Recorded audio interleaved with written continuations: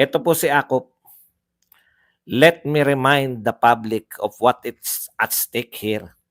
It would constitute graft and corruption if public funds are misused or misappropriated, or worse, if funds are diverted to personal use or benefit. And given the amount we are talking about here, this is clearly plunder. Okay, tanyo. Hindi na maunawaan ni Akop kung graft and corruption ba. Sa same paragraph, dalawa inakusan niya. Graft and corruption at saka plunder. Magkaiba po yun. Mula sa Davao City na lumaki ng lumaki nung siya'y mayor hanggang sa mas malaking pondo na magpasakamay niya bilang Vice President at Deputy Secretary. Yun na nga po yun. Naggamit ng gusto ni BP Sara yung kanyang confidential fund sa Davao City. Nakita niya yung resulta from yung Davao City na noong araw ay punong-puno ng mga tinatawag nating insurgents. Zero insurgency. Na zero po nila. Nagdeklara po ang Davao City na wala ng insurgents sa kanila dahil sa mahusay na paggamit ng confidential fund. Kaya po gusto niyang i-apply sa buong Pilipinas para masero na rin po ang insurgents sa buong Pilipinas. Masama po ba yun yung Davao experience ni BP Sara bilang mayor? Parang si Tatay Digong din po. Gumanda mula po sa ang Davao ay punong-puno ng kriminalidad. Napatahimik nila ang Davao. Kaya po in-apply din nila yung ginawa nilang anti-war war on drugs campaign. Na in-apply nila si Davao, in-apply din nila. Huwag nyo pong masamain. Yan yung problema sa inyo eh. Minamasama ninyo yung magandang ginawa nila sa Davao. Tokis lang naman yung pagpapasama ninyo. Ako po, pabalik-balik po ako sa Davao. Alam niyo po ba ako ay gutumin? Hindi ka pwedeng magluto sa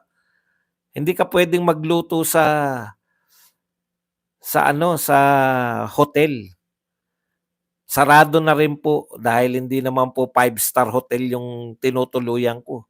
Sarado na po yung hotel pag madaling araw, inabot ako ng mga alas 3 na nagutom. Lalabas ako ng hotel. Wala po akong nakita na hindi ako natakot. Makakarating ako mga 1 kilometro sa paghanap ng mga balbakwa at mga bulalo para kumain. Tapos mamasamain nyo yung nangyari sa Davao. Lulu, thank you very much. Sino taga Davao ang nagsasabi na pangit ang lugar nila?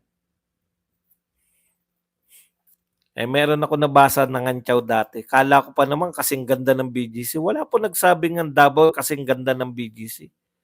Dahil maliit lang tong BGC. Kaya mong lakarin dulo-dulo ng BGC. Ang Davao po napakalawak nun.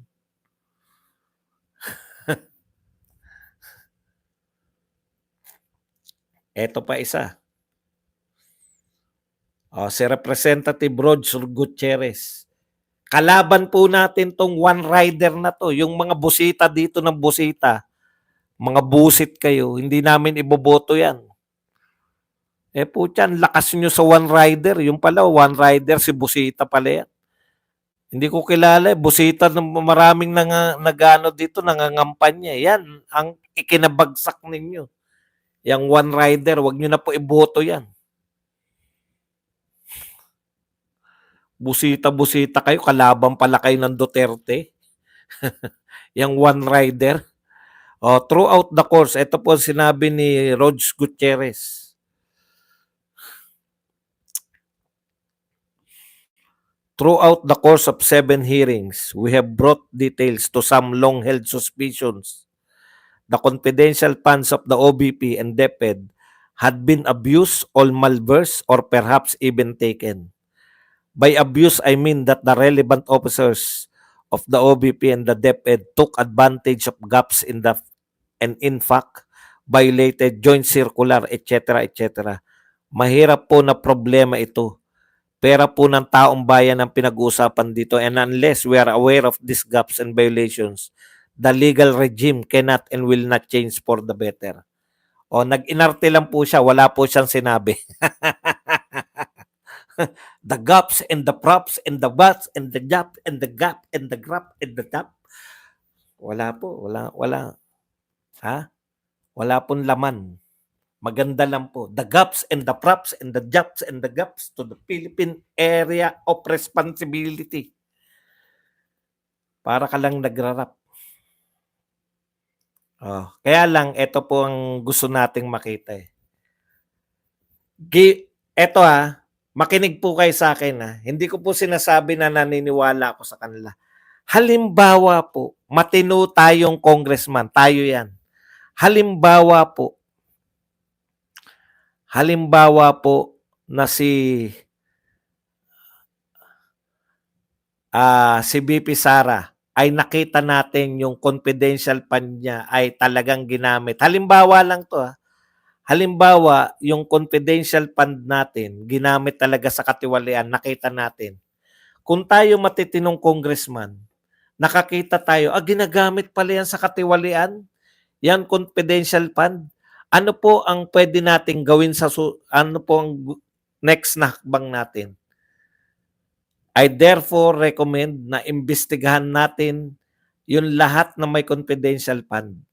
'Di ba? Kung matino ka, kung ikaw ay hindi politika ang habol mo kay BP Sara, sa inyong mga congressman, nakakita kayo, ito pala nagtatago sila sa confidential fund nang sa ganun, kung confidential fund po to, hindi ganong binubusisi, nakakapagnakaw sila.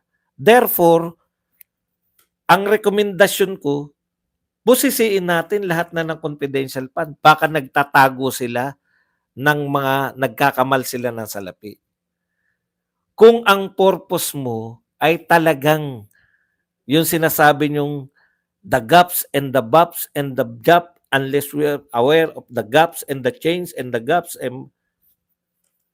di po ba?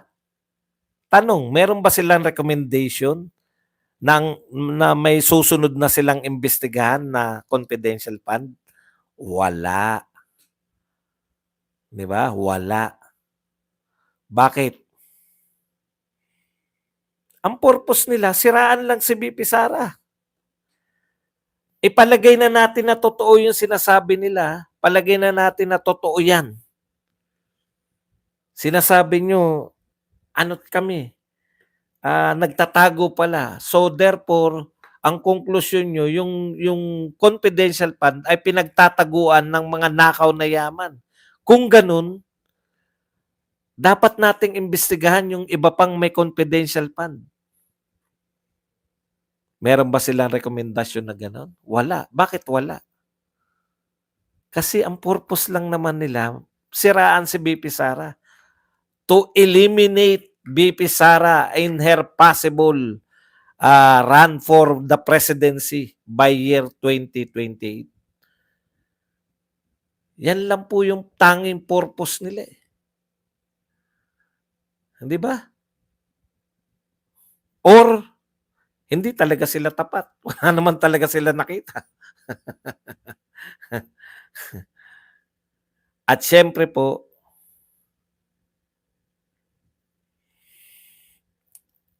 ito pa pala. Tayo po ay si Representative Sia Alonto Adjong. Tayo po ay na-scam sa pamamagitan ng libo-libong ARs na basta-bastang dinoktor at gawa-gawa lang. Acknowledgement receipt, dinoktor lang daw po. Sino po yung may sabi? COA po ba? Hindi, sila. There is only one person in the middle of the issue surrounding the anomalous utilization of confidential fund, the mastermind Vice President Sara Duterte. Aba, may mastermind.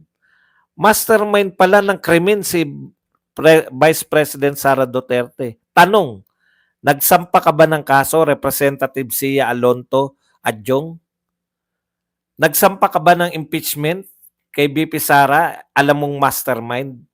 Ibabalik ko sa iyo yung sinabi ni Beatrix Luistro. Para sa inyo tumalab to. Ano sabi ni Beatrix? Basahin ko lang. Basahin ko lang uli.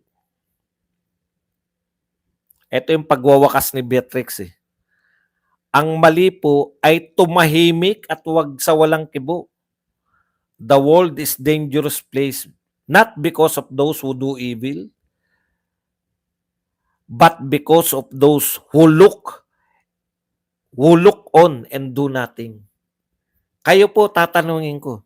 Sabi ni Luistro, Beatrix, kinote niya po si Albert Einstein. No? Nakita mong may mali, wala kang ginawa. Kaya daw po, ngayon nakita mo, sabi mo, mastermind si VP Sara. Tanong, bakit hindi ka magsampa ng impeachment? Ikalawa, bakit hindi mo sampahan si VP Sara? Kayo po nagsabi niyan, the world is a dangerous place. Not because of those who do evil, but because of those who look and do nothing. Bakit wala kang ginawa?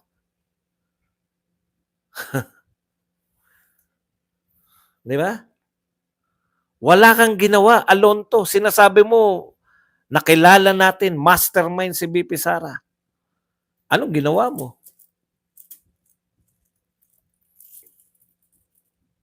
Wala. Kasi alam niya, talo siya. Pag kinasuhan niya si VP Sara kahit sa korte, wala kayong kaso. Ano pagbabatayan niyo?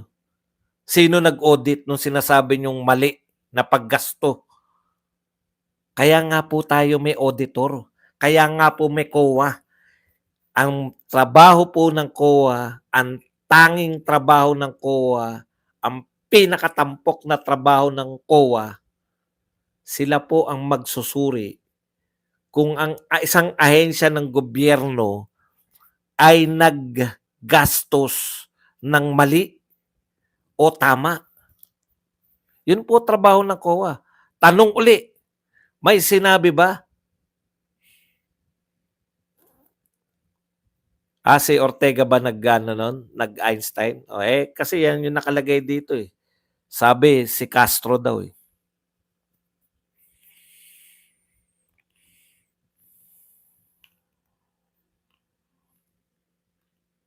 Tanong, nakalimutan ko tuloy.